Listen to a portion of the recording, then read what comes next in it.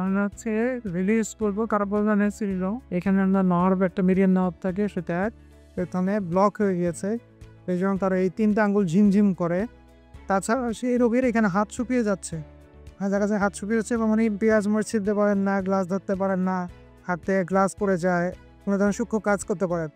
এখানে একটা ধার আটকে গিয়েছে, এই নার্ভটাকে আমরা খুলে দিই। এখানে একটা লিগামেন্ট ছিল, যেটা ট্রান্সভার্স কার্পল লিগামেন্ট বলে। এই লিগামেন্টটা আটকে দেওয়া ছিল, আমরা এটাকে খুলে দিলাম যেন এই নার্ভটা সুন্দর মতো এক্সপোজ হয়ে যায় এবং এই নার্ভটা যেন সুন্দর মতো দেখা যায় বা চাপটা যেন রিলিজ হয়ে যায়। মা, আপনি হাত মুট করেন দেখি।